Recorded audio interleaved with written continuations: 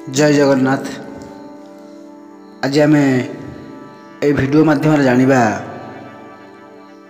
ओडिया संस्कृति रे छाड़ खाई जो पालन करा जाए से छाड़ खाई विषय रे आज आम स्पष्ट भाव में जानिबा प्रकृति रे छाड़ खाई कौन, छाड़ खाई रो अर्थ कौन, छाड़ खाई केमिति ओडिशा रे पालन हेबा कथा एवं किपरि यह पालन करा जाउछि से विषय आज किछि आमे ए वीडियो माध्यम जानिबा।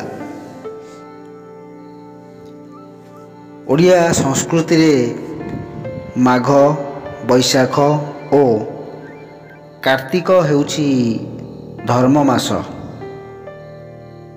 यही मास गुड़िक सारा मास व्रत पालन करा जाए। माघ और बैशाख हबिष मास होइथिले हैं समस्ते पालन करती नहीं। कार्तिक मास को सर्वाधिक गुरुत्व दिया जाए। विधवांको पई कार्तिक व्रत पालन आध्यात्मिक दृष्टिकोण गुरुत्वपूर्ण।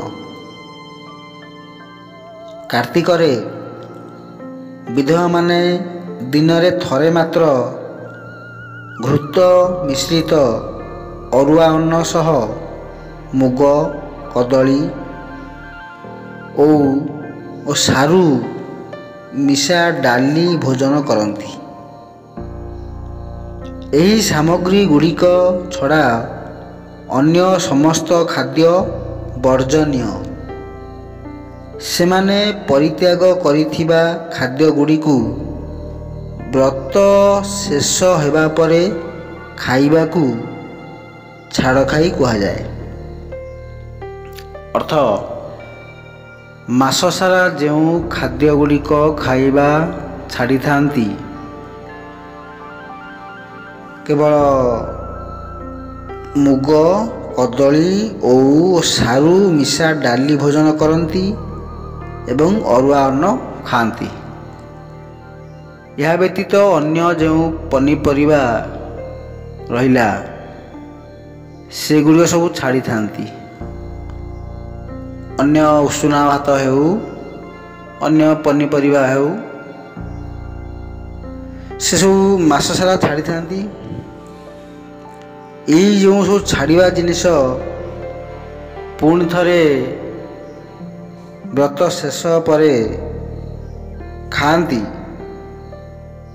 से दिनटा को छाड़ खाई बोली कहा जाए। छाड़ खाई रे विधवा माने साधारणतः कांजी खाती।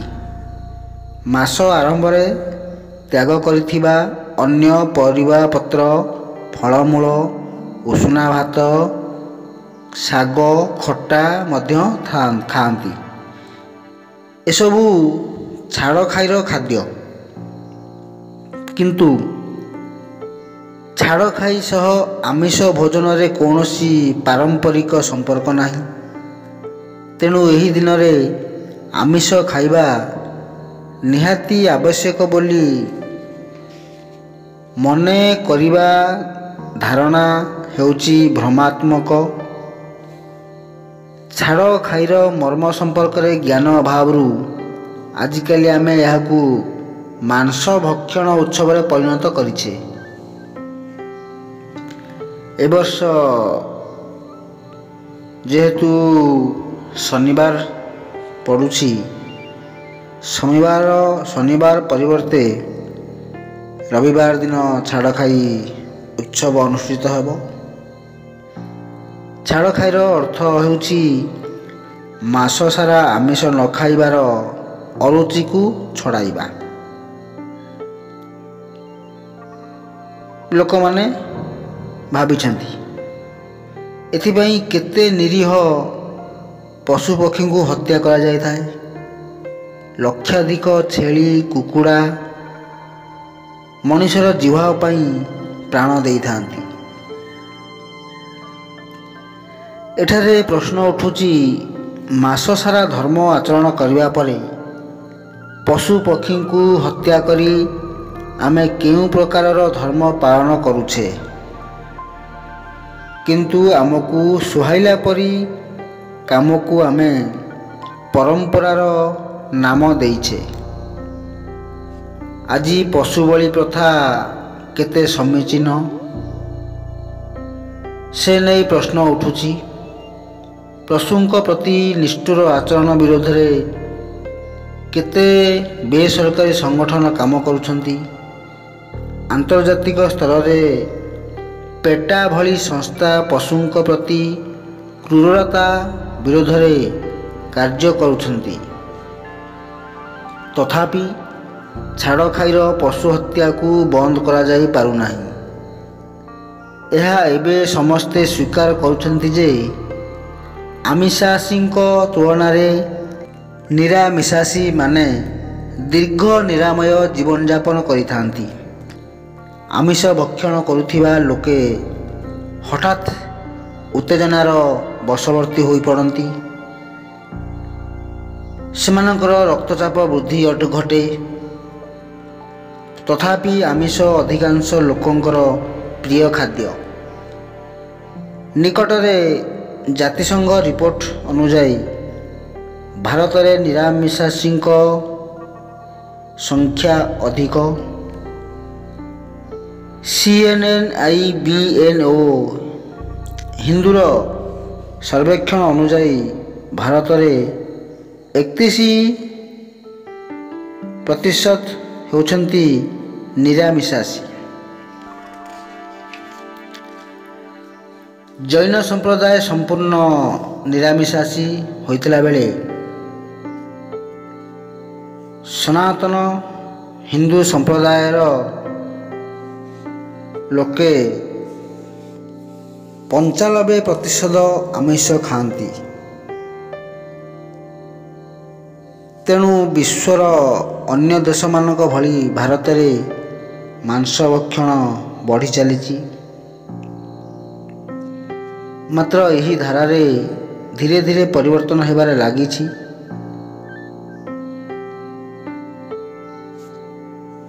ବିଶ୍ୱର ପ୍ରମୁଖ ପତ୍ରିକା ଭେଜିଟେରିଆନ ତରଫରୁ କରାଯାଇଥିବା ସର୍ଭେ ଅନୁଯାୟୀ 2007ରୁ 2024 ଭିତରେ ଭାରତରେ ଆମିଷାଶୀମାନଙ୍କ ସଂଖ୍ୟାରେ 3% ବୃଦ୍ଧି ଘଟିଛି। ଫଳରେ ପଶୁ ହତ୍ୟା ବଢ଼ିବାରେ ଲାଗିଛି। ଚିନ୍ତା କରନ୍ତୁ, ଏଇ କ'ଣ ଆମର ଓଡ଼ିଆ ପରମ୍ପରା?